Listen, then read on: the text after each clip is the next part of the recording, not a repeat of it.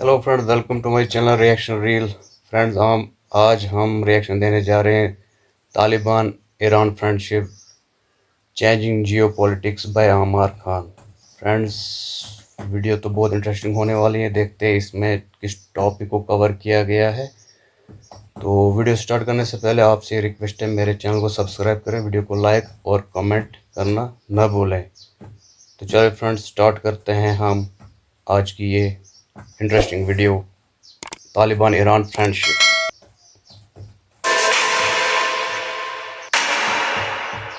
बिस्मिल्लाहिर्रहमानिर्रहीम। अस्सलाम वालेकुम। साल 2021 में जब अफगानिस्तान से अमेरिकन आर्म फोर्सेस अपना विड्रॉवल करती हैं तो उन्होंने सोचा था कि जो हाल हमने अफगानिस्तान का किया है इससे पड़ोसी मुल्कों के लिए एक बहुत बड़ा सिक्योरिटी चैलेंज बन जाएगा और तालिबान इन चीजों को टैकल नहीं कर पाएगा क्योंकि इनके पास कैपेबिलिटी बहुत कम है। न इंटरनेशनल फंड्स, न सपोर्ट और न ही इक्विपमेंट्स जैसा लास्ट एडमिनिस्ट्रेशन के पास था, और बिना इसके अफगानिस्तान सरवाइव ही नहीं कर सकता। तो अमेरिकन को ये लगा कि इस रीजन में अब हमारा इन्फ्लुएंस वैसा ही रहेगा जैसे पहले था, क्योंकि इंस्टेबिलिटी रहेगी। लेकिन इस पूरे प्लान में जो सबसे बड़ी सोच थी वो ये कि सुन्नी अफगानिस्तान को शिया ईरान से लड़वा दिया जाए। बिना हथियार चलाए हमारे दो बड़े और आइडियोलॉजिकली मजबूत दुश्मन एक दूसरे को खत्म कर देंगे। फिर हम खमेनी को टॉपल करेंगे और तेहरान के अंदर बैठाएंगे पिट्ठू पहलवियों को, और काबुल के अंदर तालिबान को टॉपल करके एक वेस्टर्न सेटअप लेकर आएंगे जैसा पहले था, क्योंकि जानते हैं ज्यादा मेहनत करनी नहीं है। ऑलरेडी दोनों कंट्रीज के बीच में आइडियोलॉजिकल डिफरेंसेस हैं। ईरान के सिस्तान बलूचिस्तान के सुन्नी बलोच लोग सोशली, इकोनॉमिकली और एजुकेशनली काफी ज्यादा पिछड़े हुए हैं। ये पूरी कंट्री की सबसे पिछड़ी कम्युनिटी है। इससे पहले पहलवियों के एडमिनिस्ट्रेशन में और बाद में इस्लामिक रिपब्लिक के एडमिनिस्ट्रेशन में उस कम्युनिटी को इग्नोर किया गया, इसलिए वो बहुत ज्यादा पीछे हो चुके हैं। अफगानिस्तान में सालों से शिया हजारा लोगों का प्रोसिक्यूशन होता हुआ है। इसे आज तक कोई नहीं रोक पाया, ना जंग से पहले वाले एडमिनिस्ट्रेशंस, ना अफगान गवर्नमेंट और ना ही तालिबान। फिर पानी का मसला इन दोनों मसलों से बड़ा और सेंसिटिव है। मतलब दोनों साइड्स के पास एक दूसरे से लड़ने और तू मैं करने के लिए बहुत सी वजहें थी। सारी एंटी मुस्लिम पावर्स खुश थी कि उन्हें मुसलमानों की आपसी खाना जंगी देखने को मिलेगी। फिर वो शिया सुन्नी एनालिसिस करेंगे और अपने फालतू एजेंडास चलाएंगे। लेकिन बीते 3 सालों में अफगानिस्तान और ईरान ने इतनी क्लोज रिलेशनशिप डेवलप कर ली है कि इनके सारे मंसूबों पर पानी फिर गया है। आज ईरान अफगानिस्तान का सबसे बड़ा ट्रेडिंग पार्टनर है। दोनों कंट्रीज सालाना लगभग $2.5 बिलियन का ट्रेड कर रही है। अच्छा, लगभग 13% के करीब एनुअल एक्सपोर्ट ईरान का अफगानिस्तान में बढ़ा है, और ये नॉन ऑयल एक्सपोर्ट है, मतलब तेल से अलग हटकर चीजें।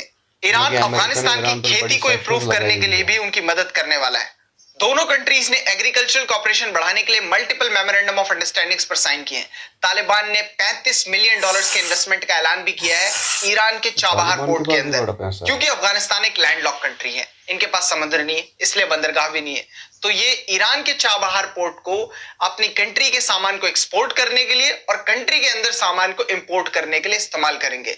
जानता हूं इन्वेस्टमेंट बहुत छोटा है, लेकिन ये ईरान और अफगानिस्तान की फ्रूटफुल रिलेशंस, डीप कॉपरेशन और मुस्तकबिल में गहरी दोस्ती की तरफ एक बड़ा इशारा है। ईरान और अफगानिस्तान दोनों ही एक दूसरे की ताकत और जरूरत समझ चुके हैं। ईरान रिसोर्सेज से भरा हुआ, पेट्रोलियम, गैस, कॉल, कॉपर और क्रोमियम, और लोकेशन ऐसी कि साउथ एशिया एक तरफ, मतलब ईस्ट की साइड दुनिया का सबसे बड़ा मार्केट, और वेस्ट में मिडिल ईस्ट, नॉर्थ में central Asia by land and by sea, और टर्की का सहारा ले तो सीधे यूरोप, फिर सदर्न काउकासस के थ्रू रशिया, और उसके बाद चाबहार और बंदर अब्बास जैसे हाई पोटेंशियल वाले पोर्ट्स, फिर मिलिट्रीली इंडिपेंडेंट कंट्री। और अगर आप इनके इकोनॉमिक कैपेसिटी की बात करेंगे तो उसे एक्सप्लेन करने की जरूरत ही नहीं है। अगर आज यूनाइटेड स्टेट्स ईरान के ऊपर से सैंक्शंस हटाता है तो ये एक झटके में $3 ट्रिलियन की इकोनॉमी बन जाएंगे। वैसे ईरान के ऊपर बड़ी सैंक्शन लगाई हुई है अमेरिका ने, लेकिन फिर भी ईरान की इकोनॉमी बूस्ट कर रही है day by day. American Iran की तरक्की की पेस खराब कर सकते, लेकिन उसे रोक नहीं सकते। उसके बाद आ जाता है रिसोर्स रिच अफगानिस्तान। लिथियम इनका सबसे बड़ा resource, then gold, gemstone, copper, और बहुत छोटे लेवल पर बल्क में ऑयल और गैस भी है। इनकी भी ज्योग्राफिकल लोकेशन कनेक्टिविटी के लहजे से बहुत स्ट्रांग है। बदख्शा के थ्रू ये सीधे चाइना जा सकते हैं। उसके बाद इनके भी वेस्ट साइड में ईरान के थ्रू ये डायरेक्टली मिडिल ईस्ट पहुंच सकते हैं, गल्फ कंट्रीज के पास। ईस्ट में इनके भी बहुत बड़ा मार्केट है, साउथ एशिया शुरू हो जाता है। दोनों जगह की लीडरशिप्स एक दूसरे की अहमियत को अच्छे से समझती हैं, इसलिए क्लोज टाइज डेवलप करके अच्छे मुस्तकबिल की तैयारी कर रही है। ईरान ने हमेशा तालिबान को सपोर्ट किया, उनके साथ डिप्लोमेटिकली एंगेज रहे, उन्हें अमेरिका को हराने के लिए प्रेस किया और हमेशा ही अफगानिस्तान की मदद करने की कोशिश की ताकि आगे चल के ये रिलेशंस फ्रूटफुल रहें। इन्होंने कभी अपनी एम्बेसी को काबुल में बंद नहीं किया। तालिबान ने भी कई बार अपनी टॉप लीडरशिप को तेहरान में भेजकर यह साफ कर दिया कि अब हमारे रिलेशंस पहले की तरह तल्ख नहीं है, नए दौर की शुरुआत हो गई है। एक तरफ ईरान का टसल चल रहा था मिडिल ईस्ट में अमेरिका और इसराइल के साथ, फुल टेंशन थी, कभी भी दोनों कंट्रीज के बीच में लड़ाई हो सकती थी। और दूसरी तरफ तालिबान ने 30 मेंबर्स का एक लार्ज इकोनॉमिक डेलीगेशन तेहरान भेजा जिसे खुद मुल्ला अब्दुल गनी बिरादर लेड कर रहे थे, जिसमें ट्रेड, ट्रांसिट, ट्रांसपोर्टेशन, रेलवेज और इंफ्रास्ट्रक्चर जैसे मुद्दों पर बातचीत हुई। और उसके बाद से अफगानिस्तान और ईरान एक्टिवली एक दूसरे के साथ बिजनेस कर रहे हैं और तब से ही आपको हर सूबे में हर महीने कोई ना कोई नई डेवलपमेंट जरूर सुनने को मिल रही है। नवंबर में ये मीटिंग हुई, दिसंबर में अफगानिस्तान के फॉरेन मिनिस्टर आमिर खान मुत्तकी और ईरान के farmer foreign minister Hussain Aamir, इनकी फॉरेन मिनिस्टर लेवल मीटिंग हुई। फरवरी में तालिबान ने $35 मिलियन के ईरान में इन्वेस्टमेंट का ऐलान किया। मार्च में ईरान के स्पेशल एनवॉय हसन कज़ेमी कौमी और आमिर खान मुत्तकी की एक बार फिर से मीटिंग हुई जिसमें इन्होंने ट्रेड और इकोनॉमिक टाइज को बढ़ाने के लिए बातचीत की। अप्रैल में तालिबान ने इसराइल पर ईरान के अटैक को सही ठहराया और उसे सेल्फ डिफेंस बताया। वैसे तो रिलेशंस पर मोहर 26 फरवरी सन 2023 में ही लग गई थी जब ईरान ने ऑफिशियली काबुल एम्बेसी को तालिबान के हवाले कर दिया था, क्योंकि उसके बाद से रिलेशंस 100% दोनों साइड से ऑफिशियल हो चुके थे। कुल मिलाकर प्रेसिडेंट इब्राहिम रईसी के टेन्यूर में ईरान और अफगानिस्तान ने कई डिफरेंसेस के बावजूद भी मजबूत रिलेशनशिप डेवलप की। प्रेसिडेंट के चॉपर एक्सीडेंट के बाद अफगानिस्तान उन लिमिटेड मुल्कों में था जिसने अपने सबसे बड़े पॉलिटिकल फेसेस को फ्यूनरल में भेजा था। तालिबान के को फाउंडर मुल्ला अब्दुल गनी बिरादर और फॉरेन मिनिस्टर आमिर खान मुत्तकी दोनों ही फ्यूनरल में आए थे और हाथ उठाकर प्रेसिडेंट के लिए दुआ भी कर रहे थे। ये फोटोज उन कॉन्स्पिरेसी थ्योरीज के मुंह पर करारा तमाचा है जो मुसलमानों के बीच में जंग चाहते हैं। ईरान और तालिबान के हार्डलाइन एडमिनिस्ट्रेशंस ने यह साबित किया है कि शिया सुन्नी आइडियोलॉजिकल डिफरेंसेस को क्लैरिकल और इंटेलेक्चुअल डिस्कशंस के लिए साइड में रखकर हम एक पॉलिटिकल यूनिटी बना सकते हैं, जैसी हमारे बुजुर्गों में थी। दुनिया भर के मुस्लिम देशों को ईरान आकर ब्रदरहुड दिखाना पड़ा, क्योंकि यही एक लौता रास्ता है जिससे इंटरनेशनल मुस्लिम कम्युनिटी की सारी प्रॉब्लम्स दूर हो सकती हैं। क्या रास्ता? मुस्लिम यूनिटी और मुस्लिम ब्रदरहुड। अच्छा, यूनाइटेड स्टेट्स ईरान को आइसोलेट करना चाहता था, मतलब कोई भी कंट्री इनके साथ ट्रेड ना करे, कोई भी कंट्री इनके साथ अच्छे रिलेशंस ना रखे, इनके जितने भी रिसोर्सेस हैं उसको ये बाहर बेचकर पैसे ना कमा पाए, अपनी इकोनॉमी को डेवलप ना कर पाए।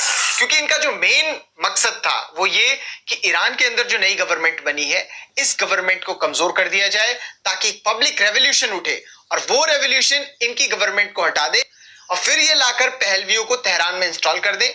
जैसे ही पहलवी आ जाएंगे यूनाइटेड स्टेट्स के वैसे ही बकरे बन जाएंगे जैसे ये वर्ल्ड वॉर के वक्त में थे। लेकिन ये आइसोलेशन का प्लान भी कंप्लीटली फेल हो चुका है। ईरान चाइनीज इन्वेस्टमेंट ले आया बिलियंस ऑफ डॉलर्स का, इन्होंने चाइना के साथ इकोनॉमिक टाइज को स्ट्रॉन्ग कर लिया है। रशिया, अमेरिका ईरान के बड़े पीछे लगा हुआ है, काफी सालों से सैंक्शंस भी लगाई है, लेकिन फिर भी ईरान ग्रो अप कर रहा है अपनी इकोनॉमी में। के साथ मिलिट्री टाइज को स्ट्रॉन्ग किया और वहां से ये बहुत अच्छे हथियार खरीद रहे हैं और इधर से रशियंस को हथियार दे भी रहे हैं। उसके बाद इन्होंने सऊदी अरेबिया के साथ भी नॉर्मलाइजेशन कर लिया, यूएई के साथ भी नॉर्मलाइजेशन हो गया। मोस्टली यूरोपियन कंट्रीज के साथ ईरान के अच्छे फॉरेन रिलेशंस हैं। इंडिया ने बिना अमेरिकन सैंक्शंस की फिक्र किए ईरान के साथ डील कर ली। पाकिस्तान ने भी गैस पाइपलाइन को ईरान के साथ फाइनलाइज कर लिया है। जब बहरीन के किंग हाल ही में मिस्टर प्रेसिडेंट पुतिन के साथ मिलते हैं तो वो उनसे कहते हैं कि हमारे रिलेशंस को ईरान के साथ ठीक करवा दो, मतलब हमारा भी नॉर्मलाइजेशन करवा दो। यूनाइटेड स्टेट्स जिस वक्त पूरे रीजन में स्ट्रगल कर रहा है उस वक्त धीरे धीरे करके उसके सारे सपोर्टर्स ईरान के सपोर्टर्स में बदल रहे हैं। मतलब अगर उसने जल्द से जल्द अपनी पॉलिसीज को नहीं बदला तो वो खुद इस रीजन में आइसोलेशन का शिकार हो जाएगा। प्रेसिडेंट रईसी के फ्यूनरल में 68 कंट्रीज की बड़ी पॉलिटिकल फिगर्स ने पार्टिसिपेट किया था, जिसमें foreign ministers, diplomats, vice presidents, even head of states तक थे। अमेरिका के सैंक्शंस का मजाक बन गया है और ये चीजें साफ तौर पे देखी जा सकती हैं कि जो असर कुछ साल पहले इनके सैंक्शंस और दबाव का दिखता था वो आज के दौर में नहीं दिखता है। मतलब यूनाइटेड स्टेट्स का इन्फ्लुएंस धीरे धीरे करके ग्लोब से खत्म हो रहा है। अच्छा, एक और प्रोपेगेंडा एक्सपोज हुआ है वेस्ट का कि करंट ईरानियन रिपब्लिक को लोग नहीं पसंद करते, इनके लीडर्स के पास पब्लिक सपोर्ट नहीं है, वो जबरदस्ती कंट्री पर काबिज हैं। लेकिन इब्राहिम रईसी के फ्यूनरल को जिससे कई ईरानियन सिटीज से गुजारा गया नजारा कुछ और ही कह रहा था। 30-30 लाख लोगों की भीड़ सड़कों पर थी। वो अपने प्रेसिडेंट के आखिरी कार्रवाई को सपोर्ट दे रहे थे, गमगीन थे। लेकिन वेस्टर्न मीडिया आपको कुछ गिनी चुनी 3-4 वीडियोस दिखा रहा था कि मिस्टर प्रेसिडेंट की डेथ पर कुछ लोग बहुत ज्यादा खुश हैं और वो खुशी मना रहे हैं। वैसे तो अगर किसी की मौत पे कोई खुशी मनाता है तो उससे बड़ा जाहिल कोई नहीं हो सकता, लेकिन अमेरिका की सेंस क्या कहती है कि इससे कोई पब्लिक रेवोल्यूशन आएगा और उसके बाद ये लोग अपना एजेंडा चलाएंगे। आप 3 वीडियोस तो देख रहे हैं लेकिन 30 लाख की भीड़ नहीं देख रहे।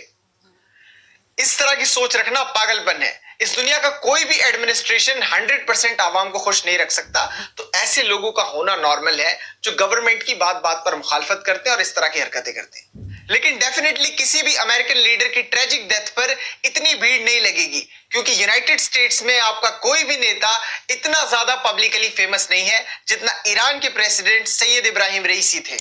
बहुत सी कॉन्स्पिरेसी थ्योरीज इंटरनेट पे फ्लड कर रही थी कि इस तरह से एक पूरा मंसूबा गढ़ के प्रेसिडेंट साहब को असैसिनेट किया गया है, कि यूनाइटेड स्टेट्स ने एक लेजर मारा जो डायरेक्ट चॉपर पे जाके लगा, उसके बाद चॉपर नीचे आया, या फिर नीचे से ही कहीं से शूटिंग की गई है ईरान के अंदर से ही, पहले से बाहरी ताकतें यहां पर मौजूद थी जिन्होंने उसके ऊपर हमला किया, उसके बाद वो नीचे आकर गिरा, या फिर चॉपर को ऊपर से खराब कर दिया गया जिसकी वजह से वो नीचे आ गया।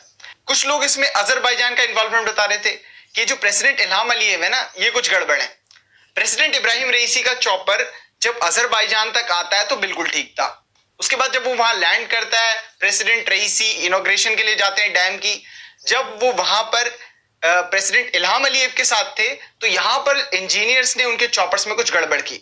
उसके बाद प्रेसिडेंट साहब अपने चॉपर में बैठे और फिर वो चॉपर उड़ा और आधे घंटे तक बीच हवा में रहा।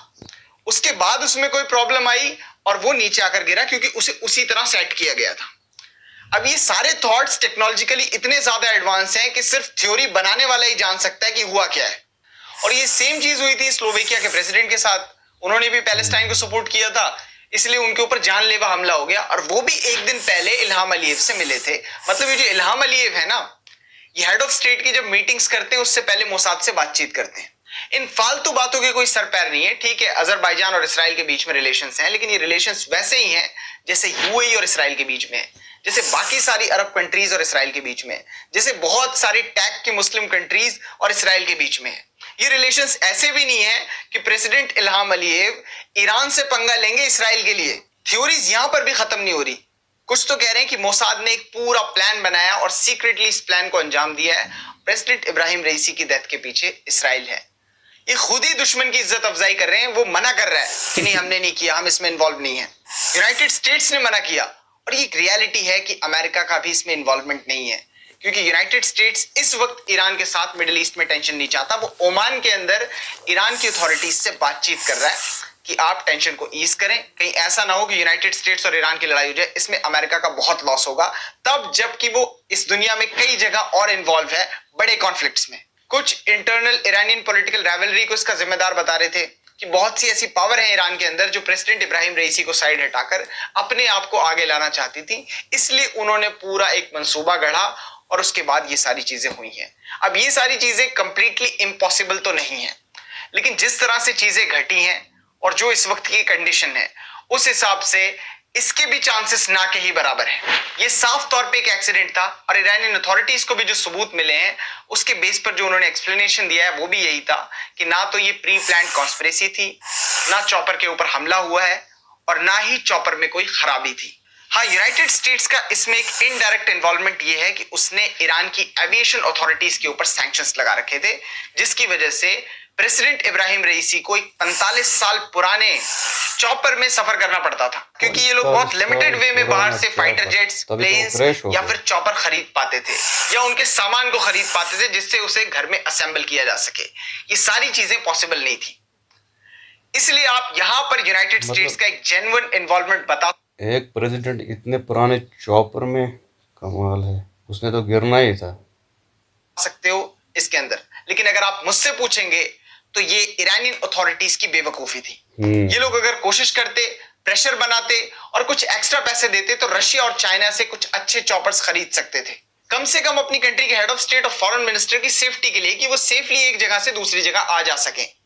अगर आप 45 साल पुराने चॉपर में अपनी कंट्री के हेड ऑफ स्टेट को ले जा रहे हैं तो ये आ बैल मुझे मार वाली कहानी है। अब जैसे नुकसान हो गए इन्होंने ऑर्डर्स दे दिए, अब ये मंगवा लेंगे कैसे भी, वैसे तो हम मुसलमान हैं, अल्लाह की मर्जी थी, हाँ, लेकिन जो दिमाग अल्लाह ने आपको दिया उस हिसाब से सोचा जाए तो ये बहुत ही इमेच्योर हरकत थी। हाँ, वैसे तो अफगानिस्तान और ईरान के टॉपिक में ऐसा बहुत कुछ था जो रह गया है, लेकिन प्रेसिडेंट इब्राहिम रईसी की ट्रेजिक डेथ की वजह से ये एक्सप्लेनेशन ज्यादा जरूरी था। आगे चल के हम उन एस्पेक्ट्स पे ध्यान देंगे। इस वीडियो में बस इतना था, वीडियो को शेयर करें। Thank you so much for joining us.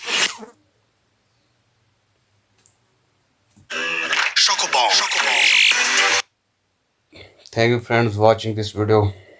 तो आपको ये वीडियो कैसी लगी कमेंट करके ज़रूर मुझे बताइए, और प्लीज़ मेरे चैनल को सब्सक्राइब भी करें, और इस वीडियो को लाइक और कमेंट करके मुझे बताएं कि आपको ये वीडियो कैसी लगी। अल्लाह हाफिज़।